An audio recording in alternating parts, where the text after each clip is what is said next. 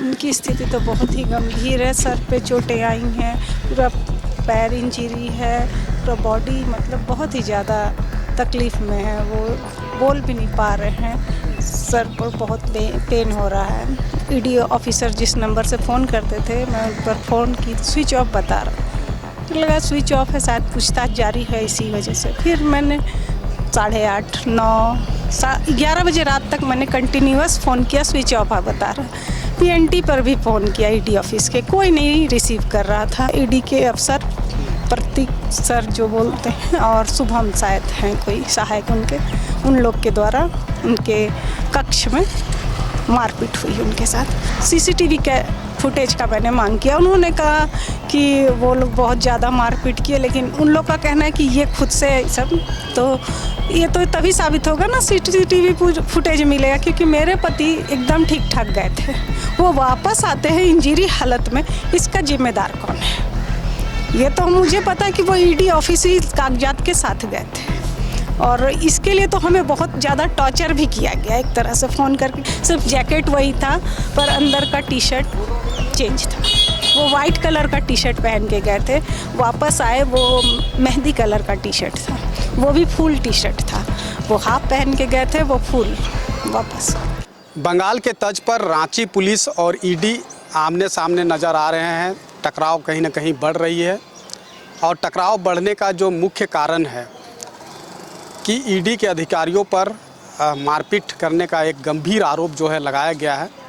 और इसको लेकर एक तरफ जहां संतोष कुमार जो पेयजल विभाग के कर्मी है, उनकी पत्नी ललिता सिन्हा के द्वारा पीएमएलए की विशेष कोर्ट में एक याचिका दाखिल की गई है, और सीसीटीवी फुटेज उपलब्ध कराने की जो मांग है वो की गई है। वहीं दूसरी तरफ आज जो सिनेरियो बना, जो टकराव की स्थिति रांची पुलिस और ईडी के बीच देखने को मिला, इसको लेकर ईडी हाई कोर्ट का दरवाज़ा खटखटाया है और एक क्रिमिनल रिट याचिका दाखिल कर सीबीआई जांच की जो मांग है वो की गई है, जिस पर कल सुनवाई होना है। तो एक तरफ ईडी जो है हाई कोर्ट का रुख किया है, वहीं दूसरी तरफ जो कंप्लाइंट है संतोष कुमार, उनकी पत्नी ललिता सिन्हा जो है पीएमएलए का विशेष कोर्ट का दरवाज़ा खटखटाई है। तो हमारे साथ ललिता सिन्हा है और इनसे हम बातचीत करेंगे और घटनाक्रम क्या रहा उससे संबंधित भी जानकारी लेंगे, और कोर्ट में जो याचिका दाखिल की है तो क्या डिमांड है इनका, क्या मांग है, इस पर भी बातचीत करेंगे। तो ललिता सिन्हा हमारे साथ है। सबसे पहले तो ये बताइए कि संतोष कुमार की अभी स्थिति क्या है, और जो आप लोगों ने एफआईआर दर्ज कराया था, क्या आरोप आप लोगों ने लगाया है? उनकी स्थिति तो बहुत ही गंभीर है। सर पे चोटें आई हैं, पूरा पैर इंजरी है, पूरा बॉडी मतलब बहुत ही ज़्यादा तकलीफ़ में है। वो बोल भी नहीं पा रहे हैं, सर पर बहुत पेन हो रहा है। मैंने वो क्या बताऊँ आपको कि वो 12 तारीख को ईडी ऑफिस घर से निकले 9:15 बजे, ईडी ऑफिस गए। उसके बाद दिन भर का पूछताछ का प्रक्रिया, मैं नहीं जानती क्या हुआ नहीं हुआ। वहाँ से जब 8 बज गए होंगे तो मुझे लगा कि रात के 8 बजे मैंने ईडी ऑफिसर जिस नंबर से फ़ोन करते थे, मैं उन पर फ़ोन की, स्विच ऑफ बता रहा, तो लगा स्विच ऑफ है, शायद पूछताछ जारी है इसी वजह से। फिर मैंने 8:30, 9, 11 बजे रात तक मैंने कंटिन्यूअस फ़ोन किया, स्विच ऑफ है बता रहा। पीएनटी पर भी फ़ोन किया ईडी ऑफिस के, कोई नहीं रिसीव कर रहा था। मेरे हस्बैंड का तो फ़ोन स्विच ऑफ था ही। फिर 11 बजे के 11:15 के आसपास मैंने फ़ोन अपने हस्बैंड के फ़ोन पे लगाया तो ऑन लगा, तो वो बोले आ रहा हूँ, बस इतना ही सुनने को मिला। घर जब वो आए, ओला से वो आए, उनके सर पे पट्टी बंधी हुई थी। मैं घबरा गई, चल भी नहीं पा रहे थे, पकड़कर अंदर ले गई। बहुत पूछने पर उन्होंने बहुत ही रिक्वेस्ट मैंने किया, वो बोले चोट लग गया है कुछ नहीं, पर जिस स्थिति में वो थे उससे हमको पता चल गया कुछ उनके साथ गलत हुआ है। तो मैंने उनसे बहुत रिक्वेस्ट किया, तब जाके उन्होंने बताया कि उनके साथ मारपीट हुई पूछताछ के दौरान।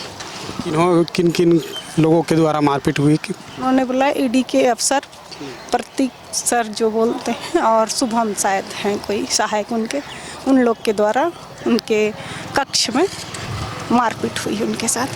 अब जब आप ईडी के खिलाफ पीएमएलए के विशेष कोर्ट आपने एक याचिका भी दाखिल की है, याचिका के माध्यम से क्या आप मांग किए हैं? सीसीटीवी के फुटेज का मैंने मांग किया। उन्होंने कहा कि वो लोग बहुत ज़्यादा मारपीट किए, लेकिन उन लोग का कहना है कि ये खुद से सब, तो ये तो तभी साबित होगा ना सीसीटीवी फुटेज मिलेगा, क्योंकि मेरे पति एकदम ठीक ठाक गए थे, वो वापस आते हैं इंजरी हालत में।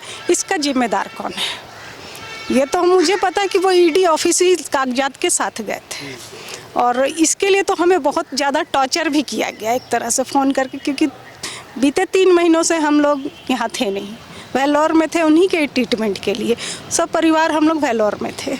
तो उसी दरमियान 10 नवंबर को हमारे घर पे ये रिसीव किया गया है ईडी का सामान लेकर। मेरी सासू माँ ने एक्सेप्ट किया था। उसके बाद वो लगातार फ़ोन करते रहे, ये प्रतीक सर जो हैं, कब आ रहे हैं, उनको कागजात लेके भी। तो हमने उन्हें अपडेट किया कि सर ऐसा है, इलाज है, शोल्डर का था, पेट में भी उनका, हार्ट में भी दिक्कत, ब्रेन का तो सबसे ज़्यादा दिक्कत था उनको। तो वो सब वहाँ तो लंबा चलता है ना इलाज, वो सब क्लियर हो जाता, उसके बाद ही ऑपरेशन वगैरह 2 जगह, 2 शरीर में 2 ऑपरेशन हो चुका। फिर 30 दिसंबर को वो फिर कॉल किए, मतलब वो बुलाए थे 30 दिसंबर को।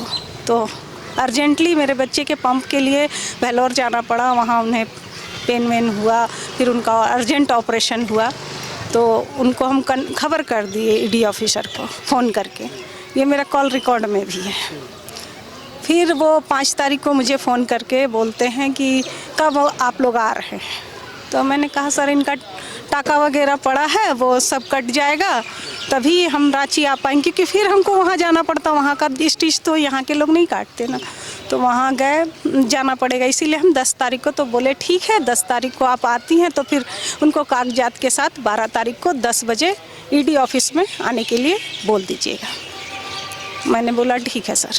कोर्ट में जब आप याचिका दाखिल की है और जो सीसीटीवी फुटेज की मांग की है, कोर्ट में आज क्या हुआ सुनवाई के दरमियान? कोर्ट में आज सुनवाई के दौरान जज में हमारे वकील साहब ने कहा कि ये सब घटना घटी है हमारे पति के साथ, मेरे पति के साथ, तो वो उसके बिहाफ में, मतलब उसकी जानकारी के लिए हम लोग को सीसीटीवी फुटेज चाहिए। ये इनका सर फटना, ये सब वो लोग बोल रहे कि सदर अस्पताल में ले जाके ट्रीटमेंट, तो खबर तो करना चाहिए था ना फैमिली को। अगर आप कुछ भी है, मेरा वो पति है ना, मेरे 3 बच्चे जी उनके आप पर आधारित है मेरा पूरा परिवार एक तरह से, मेरी बूढ़ी सासू माँ, जो भी हम लोग का जीविकोपार्जन तो उन्हीं के द्वारा चल रहा है ना। अगर उनको कुछ भी हो जाता है तो आप क्या मेरा चलाएंगे घर का खर्च? नहीं ना। तो मुझे खबर ज़रूर करना चाहिए था। उन्होंने थाना में भी खबर नहीं किया, हमें भी खबर नहीं किया, और ऐसी हालत में वो घर आए, कैसा फील होगा आपको बताइए। आपके पति ने आपको क्या बताया? वहाँ गए थे तो क्या क्या हुआ? कुछ पूछताछ के दौरान उन्हें कुछ अफसरों के बारे में वो बता रहे थे, लेकिन वो लोग उसको बोल रहे हैं नहीं तुम ही कबूल करो, तुमने ही सब कुछ किया है। तो ऐसा थोड़े, डिपार्टमेंट तो बहुत बड़ा, कि एक किरानी नहीं चलाता डिपार्टमेंट को, तो सभी लोग चलाते हैं। और ऊपर के अफसर अगर नहीं बोलेंगे कुछ करने के लिए तो कोई छोटा अधिकारी कैसे कर सकता है? कोर्ट का कुछ डायरेक्शन आज हुआ है? हाँ जी, सीसीटीवी के फुटेज मांगा गया है, सर ने ये ऑर्डर दिया है। अब देखिए वहाँ से क्या आता है, नहीं पता है मुझे।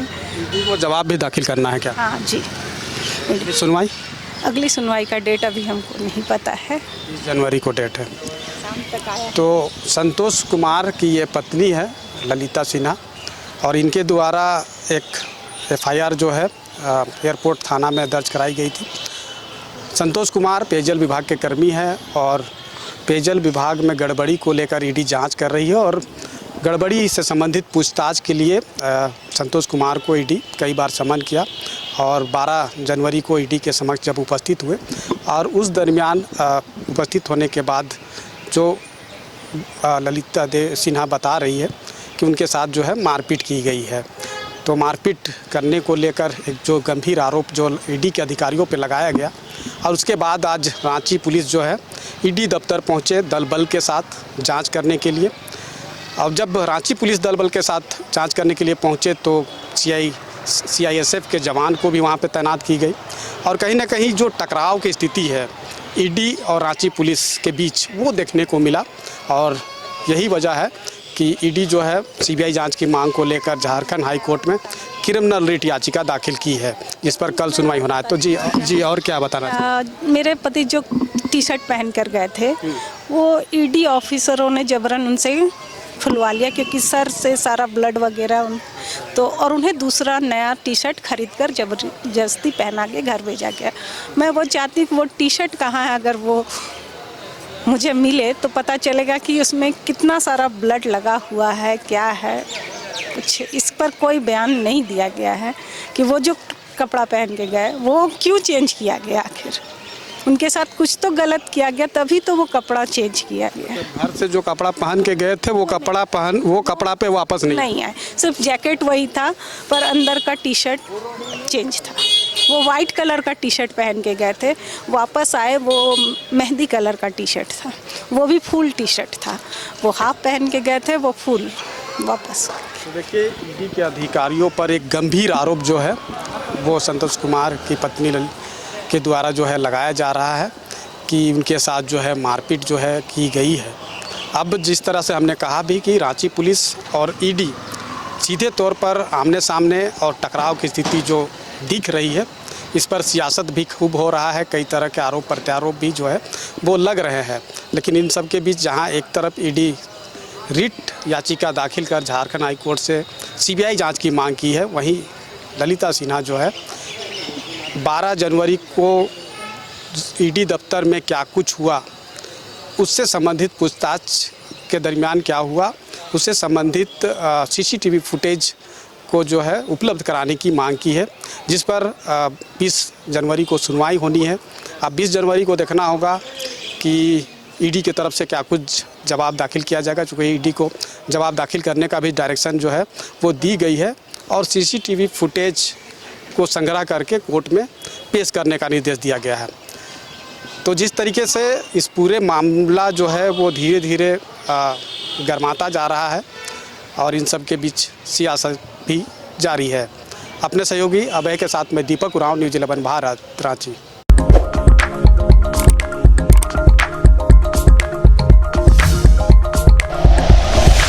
Like and share videos, subscribe करें हमारा चैनल और प्रेस करें बेल आइकॉन। न्यूज़ 11 भारत, सच है तो दिखेगा।